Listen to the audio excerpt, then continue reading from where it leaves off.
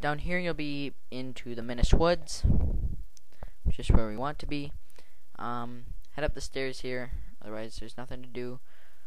Although you can head to the left to snag a piece of heart. I probably should have mentioned that before. So yeah, head left, snag that piece of heart, which is, what was it, number 11 or 10? Oh, I don't remember.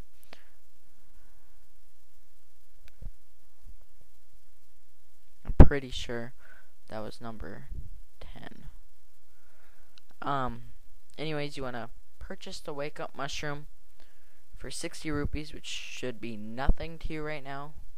Partly because we have the biggest wallet, and the fact that rupees are pretty abundant in this game. There's a lot of place to find them, especially if you go and get those kinstone fusions.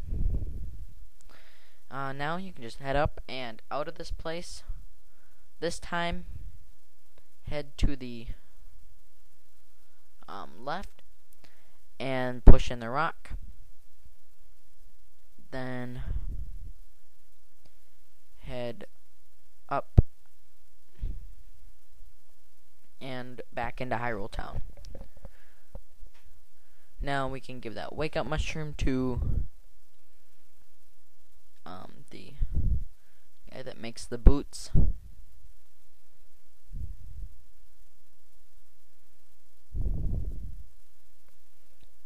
And there you go. So he wakes up and he says, "Oh, I make boots in my sleep, and I just have to put the finishing touches on them when I wake up." It's actually the Minish making it while he sleeps. So, anyways, he'll give you the Pegasus boots for waking him up. And then now you can run fast. And guess what? Now that we have the Pegasus boots, there is another Tiger Scroll we can add to our collection. So, you guessed it, that's where we're going to be going next. To Swiftblade. Now head out. And you can equip your Pegasus boots. As you see, your sword won't stick out, and that's basically what we're learning. If you played A Link to the Past and you got the Pegasus boots, obviously you know your sword sticks out when you dash with them. So this is what we're learning here. The only difference is if you don't have your sword out and you're using this, you're not going to poke your sword out. So I don't know. I like these a lot in the in ice-based dungeons because it makes it a little easier to walk on the ice for some reason. So not hard at all. And now we can get through Caster Wilds.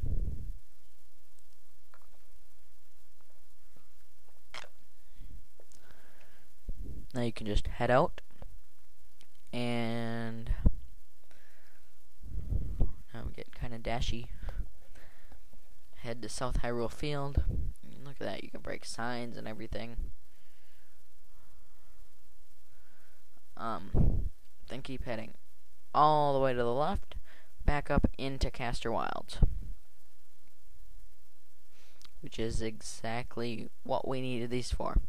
Now you can just dash across the swamp here. And it doesn't matter if you don't make it all the way, because if you start dashing, even while you're starting to sink, you'll resurface to the top. Now this is one part in the game where we are actually going to be using kinstones to progress. We're going to be getting gold kinstones, which are new to you, unless you played this game before. And, there's special kinstones that you need to proceed with the game. Not for side quests or anything like that. You need them and we need them to get to the next dungeon. And there's 3 of them here in Castor Wilds, and we're going to be collecting all of them. First, you want to head up, and you'll see a treasure chest, and it'll be a trick, and then there'll be a guardian. These guys can be kind of tricky. Try to move back and forth on them, and when they try to slash you, then go in and hit them. If you let them dash at you, like normally from the side, I see they like to dash. So try to do it from the top or bottom.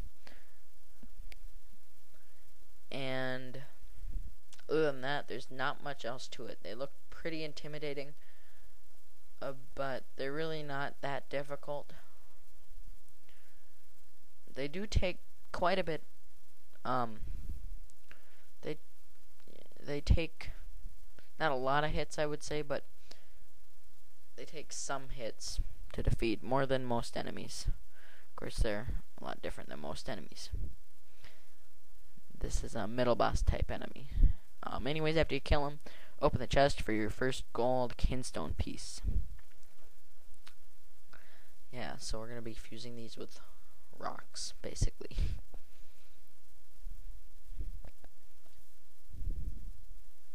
After you've grabbed the kinstone,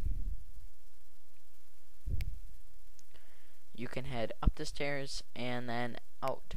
And this part can get kind of confusing since there's all these different ladders and stuff.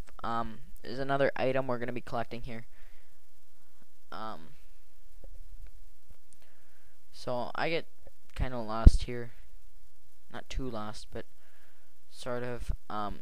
When you go up the vine, you want to head up and then down this vine. And I remember when I first started playing this game, getting this item was a pain because I didn't know at all where to go. And we're actually going for the bow and arrow right here. It is a pain trying to get to.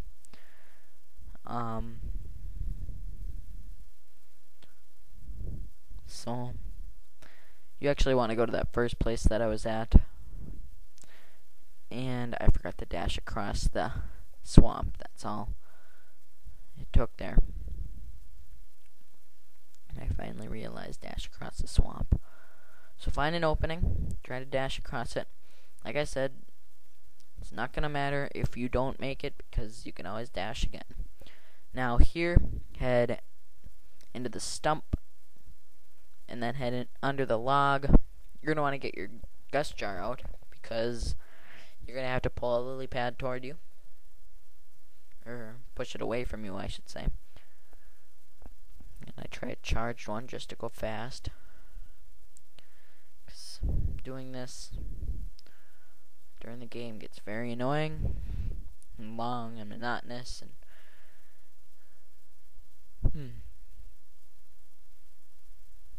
So once you made your way to the end, like I said, we're going to be collecting the bow and arrow. You never thought we'd get that all small, did you? Just drop down. 5 of these blue sliders. It looks like 3 in the beginning. These are really annoying enemies that come in numbers later on in the game. I mean, more numbers than this. And the reason they're annoying is because they just speed all over. Then sometimes they're hard to hit, especially hit consecutively, considering they take 3 hits to kill. After that, chest will open up, and you can get the bow. Not much to say about this item. It's in every Zelda game, but it's, we don't use it much, actually. I hate to say it, but we really don't use this item that much except for in this upcoming dungeon, because most of the enemies are pretty easily killed with your sword or just using the boomerang to stun them and then your sword. So yeah, it's kind of useful for taking out wall masters. That's what I like it for, because I don't like to get close to the wall masters. But anyways, after you turn big again, head down and then head across, and now we're going to take out these eye enemies with our newly acquired bow.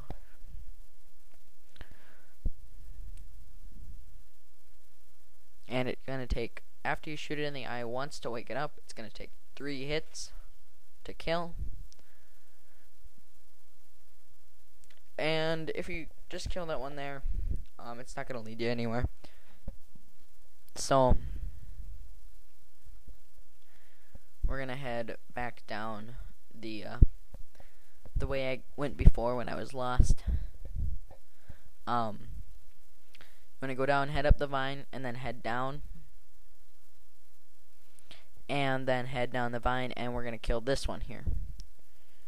And there's another gold kinstone, and now as Lo said, maybe we can kill that statue with our bow. He didn't say that about the other one. It's going to get kind of annoying lining it up. Not just kind of annoying, very annoying.